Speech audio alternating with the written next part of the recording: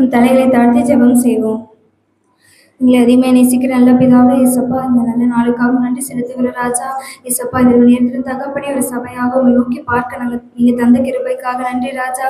இப்பொழுது தகப்படி கேட்க போற வசனங்கள் தகப்பனே என்னை மறைத்து நீங்க பேசும்படியாக ஜெபிக்கிறோம் ராஜா இயேசப்பா. இதை எங்களை கிரியை செய்ய ராஜா, அதன்படி நாங்கள் நடக்கிறவர்களாக காணப்பட நீங்க உதவி செய்யுங்க. இயேசு மூலம் ஜெபிக்கிற நல்ல பிதாவே, ஆமென். உங்கள் அனைவருக்கும் இயேசு கிறிஸ்துவின் நாமத்தினாலே என் வாழ்த்துதலை தெரிவித்துக் கொள்கிறேன். இன்னைக்கு பரிசுத்த வாரத்தோட 2வது நாள், நம்ம புனித செவ்வாயாக நம்ம அனுசரிக்கிறோம். இந்த நாளை கேள்விகளின் நாள் அப்படின்னும் நம்ம சொல்லலாம். ஏன்னா பைபிள் பிரகாரமா ஏசப்பா இன்னைக்கு நாள்ல தான் எருசலேம் தேவாலயத்துக்கு போய் அங்கிருந்த பரிசேயர்கள்லாம் கேட்ட கேள்விகளுக்கெல்லாம் பதில் சொல்றாரு. நிறைய ஓமைகள் சொல்றாரு. 10 கனிகளோட ஓமைகள்லாம் சொல்லியிருக்கிறாரு. ஸோ அதுதான் இன்னைக்கு நம்மளுடைய சிஎஸ்ஏ பிரகாரம் நம்ம கொடுத்துருக்க பைபிள் ரீடிங்ல அந்த போர்ஷன் இருக்கும். ஆனால் நமக்கு கொடுக்கப்பட்டிருக்கிற தலைப்பு என்னன்னா, யோவானின் எழுத்துக்களில் சிலுவை. ஏசப்பாவுடைய சீஷனான யோவான், அவர் ஒரு சுவிசேஷ வேத பாடி எழுதியிருக்கிறார்ல, அதில் அவருடைய பெர்ஸ்பெக்டிவ் கிராஸ் பத்தி, ஏசப்பாவோட சிலுவை பத்தி அவர் என்ன அவருடைய எழுத்து மூலமா சொல்ல வராருன்றதான் இன்னைக்கு நம்ம தியானிக்க போறோம். ஃபர்ஸ்ட் யோவானை பத்தி நம்ம சில காரியங்களை பார்க்கலாம். யோவான் ஒரு ஸ்பெஷலான சீஷன் இல்லையா? அவர் ஏசப்பாவுக்கு அன்பான சீஷன் அப்படின்னு நம்ம எல்லாருமே தெரிஞ்ச ஒரு விஷயம்தான். இப்ப யோவான் 13:23 பார்த்தோம்னா, அவருடைய சீஷரில் இயேசுவுக்கு அன்பா இருந்த ஒருவன் இயேசுவின் மார்பருகே சாய்ந்திருந்தான் அப்படின்னு யார் எழுதுனாலும் யோவான் தான் எழுதுறாரு. ஸோ இந்த இடத்துல அவர் ஒரு 3rd பர்சன் ஸ்டான்ஸ் எடுத்து அவரை பத்தி தான் எக்ஸ்பிளைன் பண்றாரு. இந்த இடத்துல ஏசப்பாவோட மார்பில சாய்ந்திருக்கிறது ஒரு பெரிய ப்ரிவிலேஜா இருந்தாலும் அவர் அந்த இடத்துல அவரை பத்தி ரொம்ப தாழ்மையா அந்த இடத்துல பைபிள்ல குறிப்பிடுறாரு. அதே போல ஏசப்பாக்கு அன்பா இருக்கிறத தனக்கு ஒரு அடையாளமாவே அவர் கருதுறாரு. ஏசப்பாக்கு ஸ்டார்டிங்ல இருந்தே அவரோட ஊழியத்தை ரொம்ப கிட்ட இருந்து ஏசப்பா கூட இருந்து அவரோட ஊழியத்தை பார்த்த ஒரு சீஷர் இவரு. அதே மாதிரி இவர் செபதேவன் குமாரர், மீன்பிடி தொழில் செஞ்சுட்டு இருந்தாரு. ஏசப்பா அழைச்ச உடனே இவர் அதை விட்டுட்டு வந்திருக்காரு. அதே போல மற்ற எல்லா சீஷர்களை காட்டிலும் இருக்கிறதுல இளையவர் இவர் தான். Youngest of all disciples is John. And யோவான் என்ற பேருக்கு பொருள் என்னன்னா, இறைவன் கிருபை உள்ளவர், அதுதான் அதுக்கான பொருள். இப்போ இன்னொரு விஷயம் என்னன்னா, இவருடைய அம்மா வழியில இவர் ஏசப்பாவுக்கு ஒரு வகையில சொந்தம் தான். இவர் ஒரு ரிலேட்டிவ் தான் ஏசப்பாவுக்கு. அதே மாதிரி யோவான் கானாவூர் கல்யாண அற்புதத்துல இருந்து அங்கிருந்து ஸ்டார்டிங்ல இருந்து ஏசப்பாவோட டிராவல் பண்ணியிருக்காரு. அப்ப அதையும் பார்த்திருக்காரு. ஏசப்பாவோட அன்பை அதிகமா கண்டு அதை அனுபவிச்ச ஒரு சீஷர்ல ஒருத்தர். ஸோ இவர் அன்பின் திருத்தூதுவர் அப்படின்னும் மக்கள் அழைக்கிறாங்க. இன்னும் நிறைய ஸ்பெஷாலிட்டி நமக்கே தெரிஞ்சதுதான். ஏசப்பா சிலுவையில் அரைஞ்ச போது அவங்க கீழே பக்கத்துல இருந்த ஒரே சீஷர் நம்ம யோவான் மட்டும்தான். அதே மாதிரி ஏசப்பாவோட தாயாக மரியாதை கவனிக்கிற பொறுப்பும் இவருக்கு கொடுக்கப்பட்டுச்சு. இவரோட இறுதி காலத்துல இவரை பத்மு அப்படின்ற தீவுக்கு நாடு கடத்துறாங்க. அங்கதான் கர்த்தர் இவருக்கு நிறைய தரிசனங்களை கொடுத்து அவர் அந்த வெளிப்படுத்தின விசேஷத்தை எழுதுறாரு. ஸோ அவரோட தாழ்மை, இப்ப கர்த்தர் சொல்றாரு, தாழ்மை உள்ளவருக்கு ஆவிக்குரிய ஆசீர்வாதங்களை தரேன். அதே மாதிரி ஒரு பல ஆசீர்வாதத்தை பெற்ற ஒரு சீஷர் தான் இந்த யோவான். ஸோ இவரோட எழுத்துக்கள்ல சிலுவையை இவர் எப்படி எக்ஸ்பிளைன் பண்றாருன்றதான் நம்ம இன்னைக்கு பார்க்க போறோம். நம்ம படிச்ச வேத பகுதியை எடுத்துக்கலாம். யோவான் 19வது அதிகாரம், அதுதான் இன்னைக்கு நம்ம தியானிக்க போறோம். யோவான் சிலுவையை மற்ற காஸ்பல் புக்ஸை கம்பேர் பண்ணும்போது இந்த இடத்துல யோவான் மட்டும் என்ன பண்றாருன்னா, சிலுவையை ஒரு மகிமையா போர்ட்ரே பண்றாரு. அது ஒரு பாடாவோ இல்லை ஒரு நிந்தையாவோ இல்லை ஒரு சோகமான காரியமாவோ இல்லாம அது ஒரு மகிமையான ஒரு சின்னமா அவர் காட்டுறாரு. ஸோ அந்த மாதிரி எப்படி சிலுவையோட மகிமையை 4 அம்சங்களா அவர் காமிச்சிருக்காருன்ற ஒரு 4 பாயிண்ட்ஸ் இன்னைக்கு நம்ம பார்க்க போறோம். ஸோ சிலுவையின் மகிமையாக வேதாகமம் நிறைவேறியது. இது ஃபர்ஸ்ட் பாயிண்ட் நம்ம பார்க்க போறது. எப்படி சிலுவை மூலமா கர்த்தர் எல்லா வேத வாக்கியங்களையும் நிறைவேற்றிட்டே வந்தாரு அப்படின்றது. ஏசப்பா இப்ப சிலுவையில் அறையணும்னா அது யாராவது ஒருத்தர் நினைச்சா அப்படியே அது நடந்துருமானா கண்டிப்பா கிடையாது. கர்த்தருக்கு இப்படி ஒரு தண்டனை யாராலையும் தனியா வெளியில இருந்து அவர் மேல அதை திரிக்க முடியாது. அது கர்த்தர் அவருடைய சுய விருப்பத்தின்படி தேவனுடைய சித்தத்தை நிறைவேற்றுறதுக்காக அவரோட ஓன் வில்லா அவர் அந்த தண்டனை ஏற்றுக்கொண்டார். இப்ப ஏசப்பாவோட வாழ்க்கையை பார்த்தோம்னா, ஸ்டார்டிங்ல இருந்து அவரோட பிறப்புல இருந்து இறப்பு வரைக்குமே ஒவ்வொரு காரியங்களும் அவரு சொல்லப்பட்டிருக்க தீர்க்க தரிசனங்கள் பழைய ஏற்பாட்டுல அதோட வேத வாக்கியங்களை நிறைவேற்றிட்டே வந்திருக்காரு. அதே போலதான் அவர் சிலுவை பரியந்தமும் அந்த வேலையை வந்து கரெக்டா பண்ணிட்டே வந்தாரு. அதற்கான எக்ஸாம்பிள யோவான் வந்து ரொம்ப அழகா ஒன்னொன்னா வந்து குறிப்பிட்டு அதை கனெக்ட் பண்ணி நமக்கு எழுதி காட்டியிருக்காரு. இப்போ சில எக்ஸாம்பிள்ஸ் பார்த்தோம்னா, ஏசப்பா வந்து எப்படி மனமு வந்து சிலுவைக்கு போனாரு அப்படின்றது.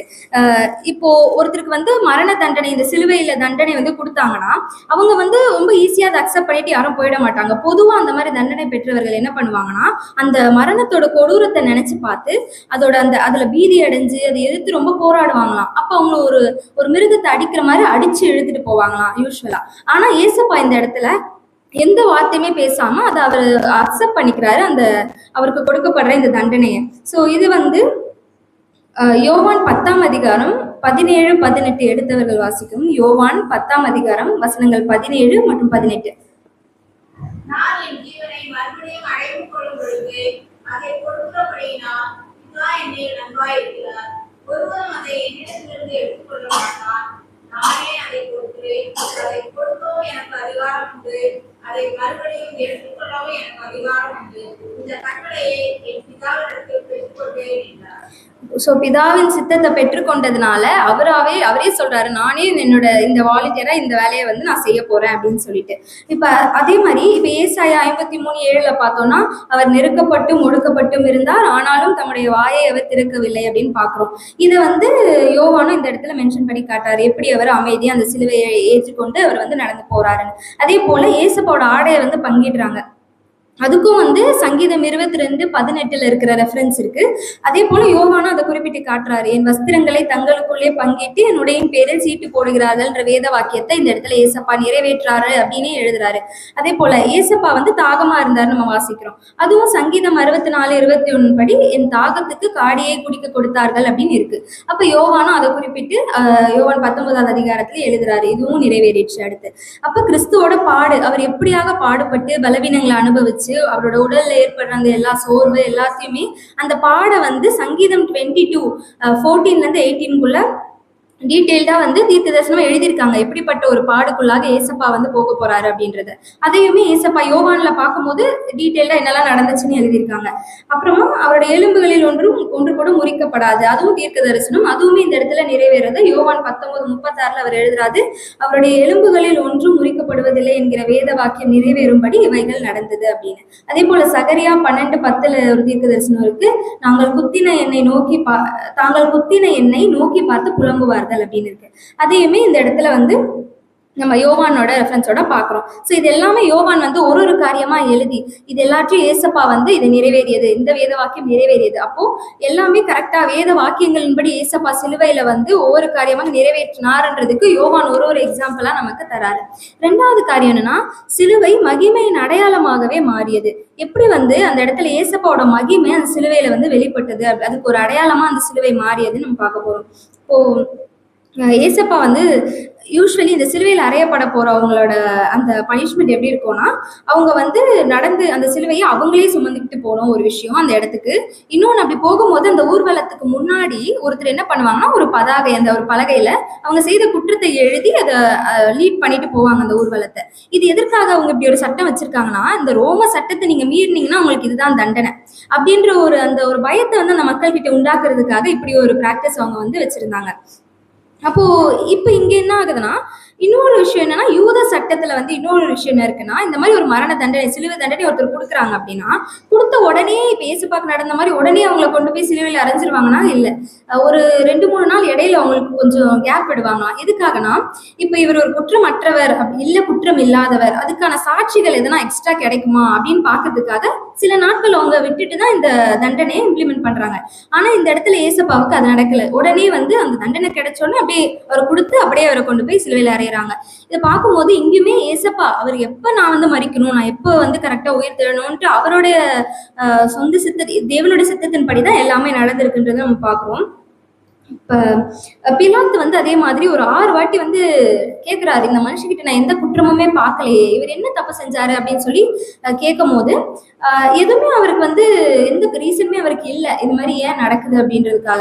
ஆனாலும் அப்படி எந்த குற்றமும் இல்லாம 6 வாட்டி ஏசப்பா வந்து இன்னசென்ட்னு ப்ரூவ் ஆகி அவர் ஏன் அந்த தண்டனை அவங்களுக்கு கொடுக்கணும் அப்படின்றதுக்கு பின்னாடி என்ன காரணம் இருக்குன்னா, இப்ப யூத மக்கள் வந்து ஒண்ணு இதை விரும்புறாங்க, இயேசுவை வந்து நீங்க விடுதலை செய்யக்கூடாது, அவர் சிலுவையில் அறையணும்னு டிமாண்ட் பண்ணி கேட்கறாங்க. இன்னொன்று என்னன்னா, பாஸ்ட் ஹிஸ்டரியில இந்த பிலாத்து என்ன பண்ணியிருக்காரு, நிறைய தப்பான அரசியல்ல முடிவுகள் எடுக்கும்போது மக்களுக்கு விருப்பமில்லாத முடிவுகள் எடுத்ததுனால நிறைய கலவரங்கள் நடந்திருக்கு. இப்போ இவர் யாருன்னா, ரோம அரசாங்கத்தை ரெப்ரசன்ட் பண்ற ஒரு ஆளுநர் இந்த இடத்துல இருக்கிறாரு.